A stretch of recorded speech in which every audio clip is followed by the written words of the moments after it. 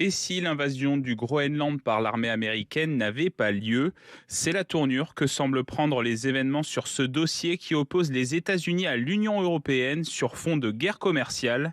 Après une rencontre avec le secrétaire général de l'OTAN en marge du forum de Davos, Donald Trump s'est fendu d'une publication sur les réseaux sociaux. Par rapport à la rencontre productive que j'ai eue avec Mark Rutte, nous avons posé le cadre d'un futur accord dans le respect du Groenland et de la région arctique. Cette solution sera la meilleure pour les États-Unis et pour tous les pays de l'OTAN. À partir de là, je n'imposerai pas les tarifs douaniers qui devaient entrer en vigueur le 1er février.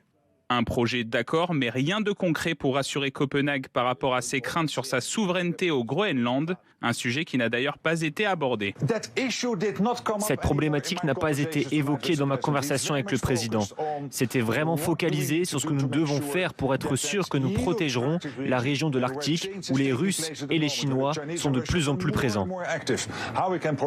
L'apaisement du soir tranche avec la violence de Donald Trump l'après-midi dans son discours contre l'Union européenne et sa nouvelle cible préférée, Emmanuel Macron. J'aime l'Europe et je veux qu'elle aille bien, mais elle n'est pas dirigée dans la bonne direction. J'ai regardé Emmanuel Macron avec ses magnifiques lunettes de soleil, mais je l'ai vu jouer le dur à cuire. En attendant, les dirigeants européens doivent se réunir ce jeudi à Bruxelles pour un sommet européen extraordinaire à propos du Groenland. On va en parler avec vous. Bonjour Mickaël Darmon. Bonjour. Merci beaucoup d'être avec nous comme tous les jeudis. Et bonjour Pablo Pieux-Vivien, on est ravis de vous retrouver. Bonjour. Pablo, rédacteur en chef de la revue Regard. Alors, on a vu hier énième épisode de la tension entre Donald Trump et l'Union européenne, mais Donald Trump, dans la soirée, a semblé amorcer une forme de recul. Est-ce qu'on peut le qualifier comme ça, Mickaël ? Ah bah oui, clairement. Oui, c'est un recul. On connaît maintenant la méthode Trump, hein, c'est-à-dire c'est le premier épisode, c'est le matamor. Il vient, il promet le pire, il va donc expliquer qu'il va vraiment créer le chaos, et puis ensuite, quelque part, il recule, en tout cas, il abaisse le ton, et il baisse le ton, et puis là, tout d'un coup, ses interlocuteurs sont soulagés en disant c'est formidable, finalement, il n'a pas cassé la vaisselle, il a juste renversé la table, et donc on est très très content, et en fait on a gagné. Ça c'est au fond à la fois c'est la limite du personnage et le piège qu'il tend en même temps avec cette méthode. Donc bien évidemment hier il a bien sûr reculé en annonçant qu'il n'y aurait pas de recours à la force, alors qu'il avait menacé cela, qu'il avait d'emblée il levait la menace aussi sur les droits de douane supplémentaires, alors qu'il avait annoncé là aussi le déluge de feu en particulier sur les produits français. Il faut voir quand même que les marchés américains avaient quand même envoyé des signaux extrêmement sévères. Le Congrès ne suit pas le président américain dans ce projet, et également le monde économique ne suit pas le président américain. Donc il a aussi quand même capté l'ambiance. Il faut quand même prendre avec des pincettes ce revirement léger, hein. Il a dit qu'il n'utiliserait pas effectivement la force pour prendre le Groenland, jusqu'à ce qu'ils disent le contraire, jusqu'à ce qu'ils décident effectivement d'aller prendre par la force cette île, ce bout de glace, comme il l'a appelé aussi hier, parce qu'il serait le seul à pouvoir le protéger. Quand il dit le seul, quand il dit je suis le seul, en fait il parle des États-Unis, mais bon, il a l'air de totalement incarner son pays. Il a que faire et de la population américaine et de ces différentes institutions à l'intérieur de son pays. Donc il faut quand même faire un peu, voilà, prendre avec des pincettes, voilà ce que dit Donald Trump. Après, effectivement, les discours, Mickaël a parlé de ce qui se passe à l'intérieur du pays, c'est-à-dire, la réaction des marchés, 2, la réaction des politiques, et y compris de son propre parti politique, hein, des républicains états-uniens, qui commençaient un peu à dire mais qu'est-ce qu'on va aller faire au Groenland, hein. Vous avez des élus, des cadres du parti qui se sont exprimés publiquement pour dire que là, peut-être que Donald Trump allait un peu loin. Mais Mais il y a eu aussi la réaction d'autres chefs d'État étrangers qui commencent à proposer un espèce de front pas très uni, mais en tout cas assez offensif. Ça va de certains pays asiatiques jusqu'au Premier ministre canadien, en passant bien évidemment par le président français Emmanuel Macron qui, avec ses lunettes, a tenu un discours non mais punchy à la tribune de Davos. Et donc en fait, il voit aussi tout ça, il voit cet arc se former, il voit que là où peut-être il y a quelques mois, il pouvait rentrer comme dans du beurre, là tout d'un coup, il commence à avoir non pas une coalition, parce que tous ces gens sont pas très encore ordonnés, mais il commence à avoir des gens qui disent en fait non. En fait là, au bout d'un moment, stop. On est peut-être moins fort, mais déjà tous ensemble, ça peut commencer. Enfin, l'union fait la force, comme dirait l'autre. Et voilà, je pense qu'il va commencer à y avoir un bouger au niveau de la toute-puissance de Donald Trump. Au bout d'un moment, va atteindre ses limites si tout le monde se met contre lui. Mais sur le Groenland, il peut y avoir un bouger au point de l'empêcher de s'emparer du Groenland, ou on peut juste au mieux éviter qu'il ne s'en empare par la force? Non, on peut éviter manifestement, tous les efforts sont faits pour que la force ne soit pas utilisée. Mais à côté de ça, on voit bien que les discussions continuent. On voit bien qu'il y a une forme de projet, de condominium, comme ça, d'accords qui permettraient aux États-Unis de pouvoir, au fond, avoir un primat sur la sécurité du territoire, et qui permettrait aussi, tout en permettant aux populations locales d'avoir une autonomie politique. C'est en tout cas dans les très grandes lignes, puisqu'on n'en sait pas grand-chose, mais en tout cas ce qui a l'air d'émerger de la part des experts, quand on entend un petit peu ce qui est dit autour de l'OTAN depuis hier soir, et vraisemblablement les pistes d'un accord qui est loin d'être établi, mais qui pourrait donc être finalement abouti. Il ne faut pas oublier non plus qu'il y a des négociations et toute une armature d'accords depuis déjà des années qui permettent aux Américains d'être extrêmement déjà présents au Groenland. Et donc le président américain, lui, il veut pousser le curseur, il veut lui donner encore un cadre politique plus puissant, mais il y a déjà une forme de rapport de force, de présence donc américaine, qui permet de pouvoir organiser quelque chose. On verra dans quelle mesure ça sera cadré, tel qu'on l'entend, mais pour l'instant, effectivement, on est dans la partie finalement chaude et froide, et on ne sait pas, avec Trump, dans 10 minutes, on peut être absolument démenti de tout ce qu'on vient de dire. Est-ce que le discours d'Emmanuel Macron et ses prises de position ont eu un impact sur Donald Trump? Oui, si on en croit le ministre de l'économie, Roland Lescure, on l'écoute ce matin. Il y a eu une réaction très forte de l'Europe d'abord, de la France, de l'Allemagne et de quelques autres, du Canada. François Langlais en parlait, le Premier ministre canadien était très ferme.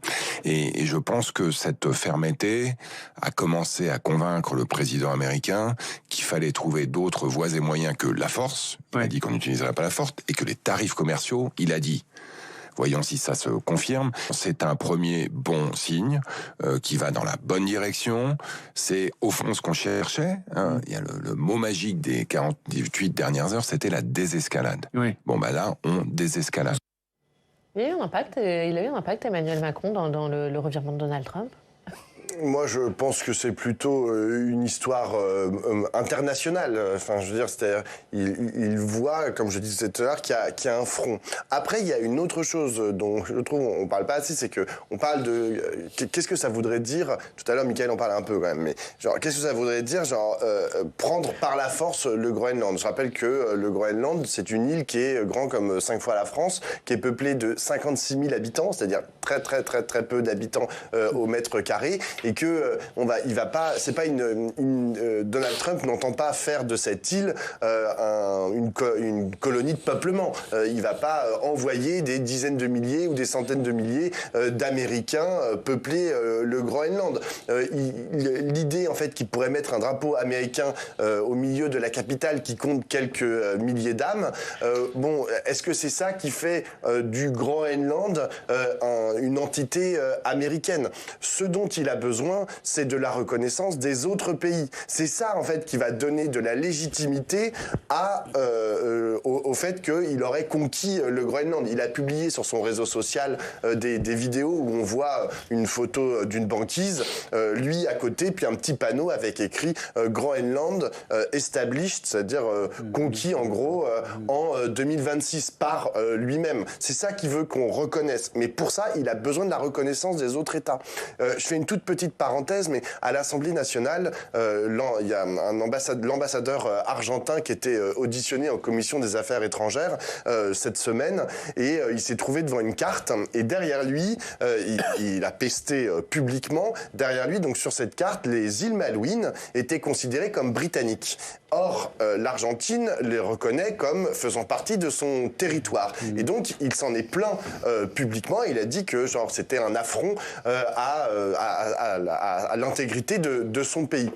Qu'est-ce que ça dit, ça ? Ça dit que la question de la reconnaissance par les autres pays de la souveraineté que l'Argentine ou que le Royaume-Uni a sur les îles Malouines, que le Danemark, les Groenlandais ou les États-Unis ont sur l'île du Groenland, je dis pas que c'est symbolique, mais c'est des questions de reconnaissance. C'est qui te reconnaît comme propriétaire, comme souverain en fait sur un territoire. Et sur le Groenland, c'est particulièrement important puisque il y a très très peu d'habitants. Donc la question qui se pose pour Donald Trump, c'est juste combien de pays vont me reconnaître comme, et combien d'institutions vont reconnaître les États-Unis comme souverain sur le Groenland. Et là, Emmanuel Macron, le Premier ministre canadien et d'autres ont été fermes et ont dit que non, ils ne reconnaîtraient pas la souveraineté américaine sur le Groenland, et c'est peut-être ça effectivement qui a fait reculer Donald Trump dans sa volonté de prendre le pays, ou plutôt il s'est dit il va falloir que je sois un peu plus malin si je veux récupérer cette île. Vous êtes d'accord, Mickaël ? Oui, bien sûr. Et puis, c'est toute la notion du rapport de force qu'il faut organiser, scénographier et assumer face à Donald Trump qui, au fond, n'attend et ne jauge ses interlocuteurs qu'à leur capacité de pouvoir réagir au rapport de force qu'il impose et voir et comment eux réagissent. Et si ils voient de la faiblesse, à ce moment-là, ils continuent à avancer et à battre ces menaces. Donc là, ils voient une forme effectivement de réaction. Une fois de plus, je pense que certes, les Américains, le président avec son look habituel ou en tout cas actuel, ont pu impressionner, mais je crois qu'il a aussi beaucoup regardé des éléments très prosaïques, comme on évoquait tout à l'heure, c'est-à-dire les marchés. C'est quand même l'alpha et l'oméga pour quelqu'un comme Trump, on le sait. C'est pas tant la considération qu'il peut avoir vis-à-vis de ses interlocuteurs, mais c'est aussi des conditions extrêmement prosaïques. C'est-à-dire les marchés, le monde économique, la salle qui a écouté le discours de Donald Trump, où il y avait également des chefs d'entreprise américains, évidemment des visiteurs étrangers, était quand même très très froide. Et même Emmanuel Macron et d'autres responsables européens ont bien fait attention à ne pas assister au discours. Donc de ce point de vue, il y a eu beaucoup de messages assez hostiles qui sont passés. Et lui, il capte énormément aussi ce genre d'ambiance. Et juste, Donald Trump, après on va revenir sur le rapport de force, on va écouter Gabriel Attal qui en parle, mais Donald Trump hier, et depuis plusieurs jours, il a quand même ciblé particulièrement Emmanuel Macron. Et il s'est encore moqué de ses lunettes d'aviateur, comme vous dites Pablo. Pourquoi Emmanuel Macron, il est la cible favorite de Donald Trump en ce moment ? Mais parce que Emmanuel Macron est aussi un des plus offensifs dans la réponse à toutes les actions, les discours de Donald Trump. Emmanuel Macron, il rêve d'être, et dans une certaine mesure, il faut rendre à César ce qui est à César. Il l'incarne aussi. Il incarne ce front aujourd'hui, je dirais pas anti-Trump, mais ce front d'opposition à la politique de Donald Trump. Il essaye d'incarner, en gros, une position européenne, en fait, qui n'existe pas, hein, enfin, parce qu'on voit bien dans l'Union européenne, chacun, voit midi à sa porte. Je voyais encore le chancelier allemand Friedrich Merz qui a décidé, lui, de rencontrer tout seul Donald Trump. Je l'avais entendu, parce que c'est des choses qui passent un peu sous les radars en France, mais moi, je lis la presse allemande et je vois qu'il y a quelques mois, il disait à Donald Trump, écoutez, donc Friedrich Merz, le chancelier allemand, qui dit à Donald Trump, écoutez, si vous n'arrivez pas à parler avec l'Europe, si ça vous embête de parler avec l'Europe, vous savez, on peut discuter en one-to-one, directement, en bilatéral, Allemagne-États-Unis.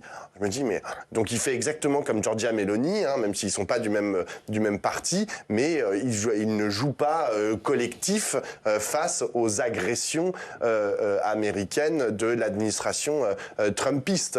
Donc Emmanuel Macron, lui, il essaye en fait de dire, bah non, il y a une autre voie qui est possible et qui vient du vieux continent. Donc forcément, Donald Trump, il a identifié que c'était lui qui parlait le plus fort, que c'était lui qui avait le moins peur en fait de l'affronter, au moins sur le terrain des discours. Et donc, il y a un jeu de meilleurs ennemis où ils passent leur temps en fait à s'envoyer à la fois des pics et aussi à faire des propositions de construction du monde qui sont radicalement différentes. Et aussi à s'échanger, alors ce que l'Élysée qualifie de fake news. Par exemple, Donald Trump, ces derniers jours, il disait qu'Emmanuel Macron avait augmenté le prix des médicaments en France. On va le voir, l'Élysée qui a publié ce tweet sur son compte. Il paraît que le président Emmanuel Macron aurait augmenté les prix des médicaments. Ils ne fixent pas leur prix. Ceux-ci sont encadrés par la sécurité sociale. Ils sont d'ailleurs restés stables. Tous ceux qui sont entrés dans une pharmacie française le savent.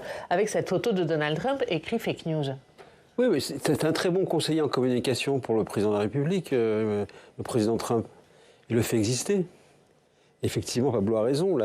Créer la scénographie de la rivalité quasi directe entre Macron et Trump. D'ailleurs, c'est un peu ce qu'ils jouent depuis leur première poignée de main, il y a déjà maintenant quelques années, continue à installer un président français qui parle ferme, parle haut, parle fort, mais qui tente de faire oublier que sur le terrain intérieur, il ne parle pas fort, il ne parle pas ferme et il est faible. Donc de ce point de vue-là, le jeu est absolument connu. Et ce que vient de dire Pablo sur l'attitude du chancelier allemand est très importante parce que c'est ce qui mettra à mal le dispositif ou la mise en place du dispositif anti-coercition qui, juste après avoir été prononcé, a été perçu comme étant déjà appliqué. Or, c'est un processus extrêmement long qui d'abord nécessite l'assentiment de beaucoup de pays qui, pour l'instant, ne sont pas prêts à le faire, et en particulier l'Allemagne l'a déjà dit. Et puis ensuite, figurez-vous, qui nécessite, une fois qu'on se met d'accord, si on se met d'accord, une enquête qui va durer quelques mois pour bien vérifier s'il y a effectivement coercition. Vous voyez, le temps... et ça, Trump connaît parfaitement la temporalité européenne. Ils ne sont pas dans la même temporalité, l'Union européenne et donc on est dans la temporale médiatique, on parle du bazooka, donc tout le monde répète le bazooka, mais en réalité le bazooka il est loin, il est fabriqué, et il est encore bien loin dans la remise. Et faut-il continuer à discuter avec Donald Trump, ou faut-il que l'Union européenne instaure un rapport de force? Ça, c'est ce que souhaite notamment Gabriel Attal. On l'écoute. Un signe que quand l'Europe cesse d'être un géant qui s'ignore, et que quand l'Europe parle le langage de la force, ce pourquoi je plaide, on arrive à faire reculer un certain nombre de velléités. Et moi, je plaide, vous le savez, depuis un certain temps maintenant, pour qu'on assume aujourd'hui le fait d'être dans un monde de rapports de force, qu'on cesse d'être, entre guillemets, les dindons de la farce, qu'on assume que l'Europe, elle sait être puissante quand elle est unie, quand elle assume un certain nombre de langages de fermeté. C'est peut-être la démonstration d'aujourd'hui. Faut arrêter d'être les dindons de la farce. Je comprends ce qu'essaye de dire Gabriel Attal. J'entends beaucoup de gens tenir ce discours de la gauche. Encore Jean-Luc Mélenchon, qui était sur France 2 il y a quelques jours, tenait à peu près le même discours. Donc jusqu'aux macronistes et parfois au LR. Le seul problème, c'est qu'il se heurte à une réalité, c'est l'absence d'unité en Europe. Je le rappelle, et je trouve que c'est une question qui est trop souvent mise sous le tapis. La question en fait en Europe, oui, il y a l'Italie qui est dirigée par l'extrême droite, il y a la Hongrie qui est dirigée par Viktor Orban, il y a des conservateurs, il y a des néoconservateurs, il y a des gens qui sont un peu plus socialistes. Enfin, je veux dire, et la question du projet européen, de quel projet en fait on porte ensemble, cette question n'est jamais mise sur la table. Donc évidemment, je comprends, on pèse plus, mais qu'est-ce qui pèse plus? Le fait que nous serions 450 millions et que nous serions un gros marché, ok, c'est super, mais genre le problème c'est que si on va pas tous dans le même sens, ça n'a absolument aucun intérêt. Et aujourd'hui, c'est pour ça que je reviens sur le rapport de force en fait entre Emmanuel Macron et Donald Trump. Il faut quand même avoir une chose en tête, c'est que la France est beaucoup plus faible sur à peu près tous les paramètres que l'on peut prendre que les États-Unis. Donc seul Emmanuel Macron, il aura beau faire comme ça avec sa main en serrant la main à Donald Trump et essayer de faire les gros bras, ça ne marchera pas. Ce qu'il faut, c'est une coalition. Est-ce que la coalition est allée chercher du côté de l'Union européenne? Je l'espère, mais pour ça il faut refonder le projet européen qui en ce moment est un peu en lambeaux, ou bien il est allé chercher dans d'autres endroits du monde. Enfin, je veux dire, ce qu'on appelle le Sud ou les Suds. Il y a plein de pays en fait qui sont demandeurs d'alliances, de réflexion sur comment est-ce qu'on fait un monde plus stable, plus pacifié, plus égalitaire. Ça va du Brésil à l'Afrique du Sud en passant par beaucoup de pays d'Asie du Sud-Est. Mais ceux-là, on a l'impression que genre on leur parle pas. Ouais. On a l'impression qu'ils n'existent pas. Parce qu'ils sont plutôt du côté de la Chine. Mais ils sont plutôt du côté de la Chine. Il suffit d'aller discuter. Pour l'instant, c'est une réalité. Est-ce qu'il est du côté de la Chine? Oui. Lula, il est du côté de ceux qui veulent bien en fait discuter avec lui. Il s'avère qu'aujourd'hui, il a vu l'agression des États-Unis, il se tourne du côté effectivement des Chinois. Mais ça pourrait très bien être l'Union européenne, mais on ne le fait pas. Ah non, ça c'est sûr que c'est certain qu'on ne le fait pas. Et une fois de plus, effectivement, les propos de Gabriel Attal qui tente de construire une candidature à l'élection présidentielle. Bon, il se paye de mots. En plus, c'est toujours intéressant d'entendre précisément ce qui est dit. Un rapport de force pour faire reculer des velléités. Bon, une velléité, c'est une volonté très très faible. Donc, de ce point de vue-là, quelque part, l'inconscient peut parler. Et on va terminer sur les conséquences sur le plan national de cette situation internationale. Par exemple, la situation internationale, elle est l'argument brandi hier par Laurent Wauquiez pour ne pas voter la censure du gouvernement Lecornu. On va l'écouter. Dans le contexte international de danger qui est celui de la France et de menace d'une guerre commerciale, il ne serait pas sérieux de faire tomber un gouvernement et de laisser la France sans budget. Et notre conviction profonde, c'est que dans cette période de menace géopolitique, la France ne peut pas être un bateau ivre sans gouvernement et sans budget. Et donc nous en tirerons les conséquences sur nos votes de vendredi. Il est entendable cet argument de la part des LR? Il est drôle. Non, mais c'est vachement bien joué. C'est toujours impressionnant de voir à quel point il y a une capacité d'incarner, de mettre plein de convictions dans un propos qui était d'une mécanique qui a été trouvée en disant formidable, on a le prétexte.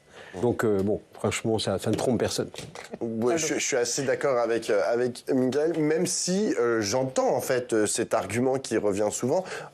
Honnêtement, c'était le même argument qui avait été porté par Emmanuel Macron pendant la campagne de 2022 pour dire écoutez, j'ai pas le temps de faire des débats parce qu'il y a la guerre en Ukraine, donc désolé pour la démocratie française et nos mécaniques institutionnelles. On ira directement au vote. Et c'est d'ailleurs ce qui lui a permis, cette position de chef de guerre, c'est ce qui lui a permis aussi d'être réélu président de la République. Là, si on suit Laurent Wauquiez, pas besoin d'élection l'année prochaine non plus. Ça ira peut-être pas très bien d'élection présidentielle, j'entends. À mon avis, ça n'ira pas mieux en 2027. Donc finalement, est-ce qu'on peut pas tout sauter? Est-ce qu'on peut pas faire sauter toutes les mécaniques démocratiques qui existent dans notre pays? Le problème de Laurent Wauquiez, c'est que et c'est un vrai sujet, c'est que aujourd'hui, vous avez les partis qui sont le plus en prise avec ce qui se passe à l'Assemblée nationale et les négociations sur le budget, c'est ceux que l'on entend le moins, en fait, sur tous ces désordres du monde qui sont quand même cataclysmiques. Et on est dans une crise majeure. Et est-ce que vous avez entendu, vous connaissez la position du PS sur ce qui se passe dans le monde? Rien du tout. On les entend pas. Eux, ils sont en train de négocier le budget avec Sébastien Lecornu. D'ailleurs, Sébastien Lecornu lui-même, qui est quand même notre Premier ministre, on l'entend pas beaucoup, en fait, sur cette situation apocalyptique au niveau mondial. Et les LR, de même. C'est-à-dire que ceux qui parlent, c'est de l'autre côté du champ politique, c'est que vous avez la France Insoumise et le Rassemblement National. Eux, ils disent des choses parce que genre, ils ont le temps, ils sont débarrassés de ces questions de budget, etc. Et aussi des personnalités, bon, l'ancien président de la République, François Hollande, ou Raphaël Glucksmann, qui eux ont le temps, en fait, ou l'ancien Premier ministre de 2018. Eux, ils ont le temps, en fait, de développer des pensées sur le sujet. Donc, et je trouve que c'est des sujets importants. Donc, et le PS et LR devraient s'intéresser à ça. Allez, on va revenir. Pardon, Michael, mais le temps filait. Et vous savez, on a eu un petit problème. Il y a quelques minutes. Petit problème technique. On vous retrouve, Yann Rivoalan. Merci beaucoup. Merci d'avoir patienté. Président de la Fédération française du prêt-à-porter féminin. On va revenir sur ce qui s'est passé hier au Sénat avec vous, cette audition et de Shein France et du patron du BHV. On le disait, vous étiez là. Qu'est-ce que vous en avez retenu, vous ? Un premier point, c'est que Frédéric Merlin doit avouer que Shein au BHV, ça ne marchait pas. On a vu dans la presse, Shein vend à peine pour 2 000 € par jour au BHV, alors que normalement le chiffre d'affaires du BHV par jour, c'est 1 million d'euros. Donc on voit, c'est totalement risible, c'est un échec phénoménal. Deuxième point, c'est que ça a été des mensonges après mensonges, et enfin des insultes vis-à-vis des marques françaises, puisque Quentin Ruffa, le porte-parole de Shein, a osé dire que les marques françaises n'étaient pas bonnes sur le digital, et que heureusement que Shein était présente, parce que grâce à Shein, les marques françaises allaient pouvoir vendre à l'international. Donc c'était un festival d'hypocrisie, de mensonges, et à la fin carrément d'insultes. On a entendu les insultes, mais enfin on a entendu ce que vous qualifiez d'insultes, on a compris ce que vous qualifiez d'insultes, mais les mensonges c'était quoi, les mensonges de la part de Shein ? On prend un premier mensonge assez clair, c'est que Quentin Ruffa nous explique, regardez, on fait des audits qui sont très précis, on connaît tous nos fournisseurs, on a une assurance que la qualité de nos produits est claire. Et par la suite, il dit « Nous ne sommes pas responsables des poupées pédocriminelles, nous ne sommes pas responsables des armes ou encore des médicaments qui sont vendus sur la plateforme. » Donc, il faudrait savoir, soit, en effet, il contrôle tous les flux, il contrôle tous les produits, ou à l'inverse, il ne contrôle rien. Le résultat est en fait assez simple, c'est que volontairement, ils ont mis ces poupées, ces armes ou encore ces médicaments parce que Shein s'octroie le droit de pouvoir vendre tout et n'importe quoi. Et quand ils sont pris la main dans le sac, ils se défaussent. Et de l'autre côté, ils nous font croire qu'ils maîtrisent tout, alors qu'en fin de compte, ils ne font que exploiter les travailleurs qui fabriquent leurs vêtements, des vêtements de mauvaise qualité, qui sont même dangereuses pour la santé. Qu'est-ce que vous attendez désormais du Sénat après cette audition ? Je pense que le Sénat a commis justement un acte important parce qu'à travers tous les sénateurs, on voyait très bien dans les déclarations par exemple de Yannick Jadot qu'il y avait une demande de clarté de la part de Shein. On demandait par exemple quel était le niveau des marges, quel était le chiffre d'affaires de Shein. Et là on voit que Shein n'a absolument rien répondu sur toutes ces questions relativement précises sur lesquelles on demandait au moins des indications fermes. Et donc je pense que le Sénat doit désormais être ferme en montrant que cette commission n'a pas pu avoir les réponses qu'elle demandait au regard de toutes les indications que Shein et le BHV devaient donner. Merci beaucoup. Merci Yann Rivoalan. Merci d'avoir été avec nous, président de la Fédération française du prêt-à-porter féminin. Merci infiniment. On termine par l'histoire du jour. L'histoire du jour, c'est cette info, figurez-vous, Pablo et Michael, que Lecornu est candidat municipal dans l'Orne. Mais un Lecornu peut en cacher un autre. C'est pas Sébastien, c'est Marc Lecornu à Roux-Pérou, le premier adjoint de la ville, Marc Lecornu, qui a donc annoncé se présenter pour les municipales. Et avec la fin du panachage et la parité, il n'a pas encore bouclé sa liste. Il promet une forme de continuité avec le maire sortant qui lui a décidé de ne pas se représenter. Et boucler sa liste, c'est peut-être plus facile pour un Lecornu que de boucler un budget. Mais c'est un cousin à Sébastien ? Ah ça, on ne sait pas. Il y a peut-être beaucoup de Lecornu. On verra. On suivra sa campagne du coup. Merci à tous les deux. Merci beaucoup Pablo, merci beaucoup Michael d'avoir été avec nous. Merci à tous de nous avoir suivis. On se retrouve demain.